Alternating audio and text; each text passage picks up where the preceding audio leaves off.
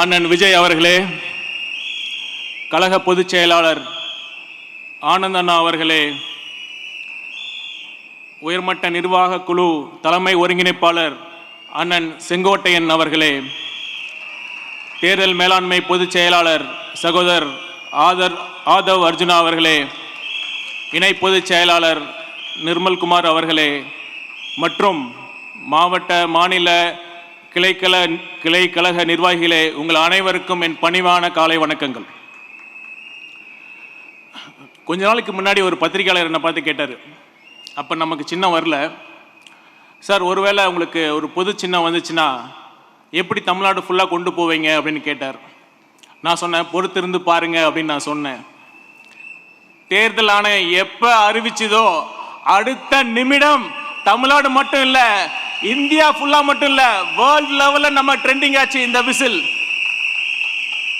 அதுதான் நம் வெற்றி தலைவர். இன்றைய தேதியில தமிழ்நாட்டில் அவரை விட ஆளுமை மிக்க தலைவர் வேறு யார் இருக்கா? அது மட்டுமல்ல, தமிழ்நாட்டுக்கு அடுத்த முதல்வராக வரக்கூடிய தகுதி வேற யாருக்கு இருக்கு?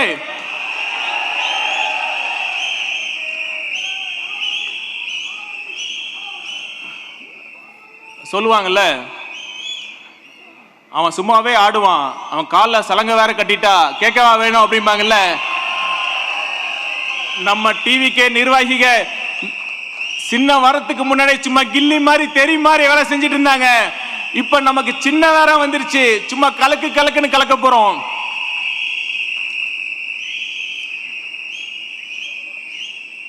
உண்மையிலுமே நம்ம நிர்வாகிகள் களத்தில் ரொம்ப சிறப்பாக பணியாற்றிட்டு இருக்காங்க. நான் அது சும்மா சொல்லலை, நான் நேராக களத்தில் இருந்தால் வரேன். 2 நாளைக்கு முன்னாடி திருச்செங்கோட்டில் ஒரு சம்பவம். அங்கே இருக்கிற அர்த்தநாரீஸ்வரர் கோயில் புதிய தேர் வெள்ளோட்டம் நிகழ்வு. அதுக்கு திமுகவும் பேனர் வச்சாங்க, நாமளும் பேனர் வச்சோம். முறையாக அனுமதி வாங்கி அதற்கு உண்டான தொகையை நகராட்சி நிர்வாகத்திடம் செலுத்தி தான் நாங்கள் பேனர் வச்சோம். ஆனால் அந்த நிர்வாகம், நகராட்சி நிர்வாகம் என்ன பண்ணாங்க, நைட்டு 11:30 மணிக்கு யாருக்கும் தெரியாமல் நம்ம வச்ச பேனரை மட்டும் கழட்டிட்டு வந்தாங்க. ஆனால் நம்ம நிர்வாகிங்க சும்மா கில்லி மாதிரி இருந்து அந்த நேரத்தில் விழிப்போட இருந்து அந்த மாநகராட்சி நிர்வாகத்தோட வண்டியை தடுத்து நிறுத்தி தகவல் சொன்னாங்க. நானும் போனேன். எதன் அடிப்படையில், எந்த விதியின் அடிப்படையில் நீங்கள் அந்த பேனரை கழட்டினீங்கன்னு சொன்னோம், கேட்டோம். அவங்களுக்கு பதிலே இல்லை. சார் இருங்க, மேலதிகாரிகிட்ட பேசுகிறோம், அங்கே பேசுகிறோம், இங்கே பேசுகிறோன்னு சொன்னாங்க. காலத்தை கடத்தினா அந்த கூட்டம் கலைஞ்சிரும் நினைச்சாங்க. ஆனால் நேரம் செல்ல செல்ல கூட்டம் அதிகமாயிட்டு தான் இருந்துச்சு. நைட்டு 2:30 மணிக்கு 200 பேர் நம்ம தமிழக வெற்றி கழகத்தின் நிர்வாகிகள் வந்தாங்கன்னா இதுதான் நம் வெற்றி தலைவர். இது அன்பால சேர்ந்த நிர்வாகிகள். இங்க யாரும் காசு கொடுத்து வரல, அன்பால மட்டும்தான் வந்திருக்காங்க.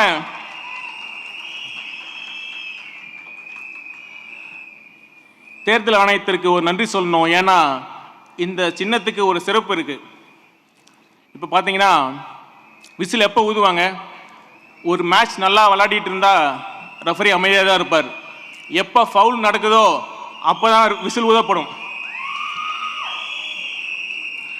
இந்த திமுக ஆட்சியில் எப்ப தவறு நடக்குதோ அப்ப நம்ம குரல் ஒலிக்கும். நீங்களே சொல்லுங்க, இப்ப இருக்கிற தீய சக்தி திமுகவோட ஆட்சியில எந்த டிபார்ட்மெண்ட்ல ஃபவுல் அதிகமா நடக்குதுன்னு ஒரு பட்டிமன்றமே வைக்கலாம். நீங்களே சொல்லுங்க, எந்த அமைச்சர் அதிகமா ஃபவுல் பண்றாரு?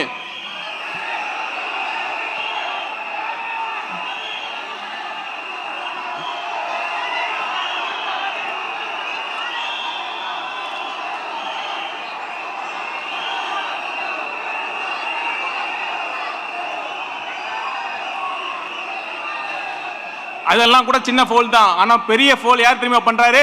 அந்த பெருமை நம்ம சிஎம் சாருக்கு தான் போவோம். ஏன்னா ஆட்சியோட முதன்மை பணியே மக்கள் பாதுகாப்பை உறுதி செய்யறது தான், சட்டம் ஒழுங்கை பாதுகாக்கிறது தான். ஆனா இன்னைக்கு தமிழ்நாட்டில் சட்டம் ஒழுங்கு எப்படி இருக்கு? எத்தனை கொலைகள், எத்தனை பாலியல் வன்கொடுமைகள், பெண்களுக்கு பாதுகாப்பே இல்லாத சூழல் தான் இருக்கு. இதுக்கு அடிப்படையான போதை கலாச்சாரமும் சட்டம் ஒழுங்குல தான் வருது.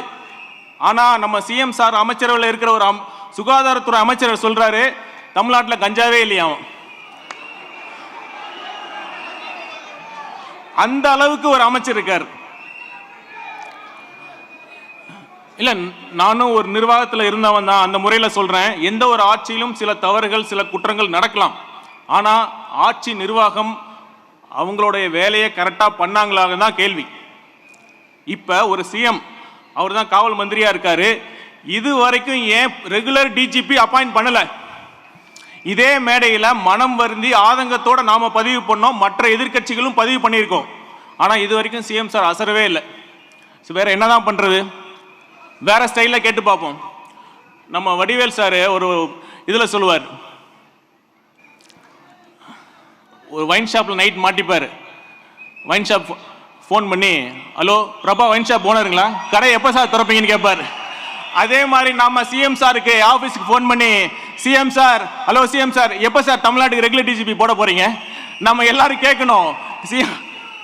சிஎம் ஆஃபீஸ் நம்பர் இருக்கு, நாம எல்லாம் ஃபோன் பண்ணணும். அப்போ வாச்சும் நம்ம சிஎம் சார் ரெகுலர் டிஜிபி போறாங்களான்னு பார்க்கலாம். ஏன்னா இதுதான் ஒரு அடிப்படை பணியே. ஆனால் அதெல்லாம் விட்டுட்டு அவருக்கு வேற எதுக்கெல்லாமோ நேரம் இருக்கு. பார்க்கலாம்.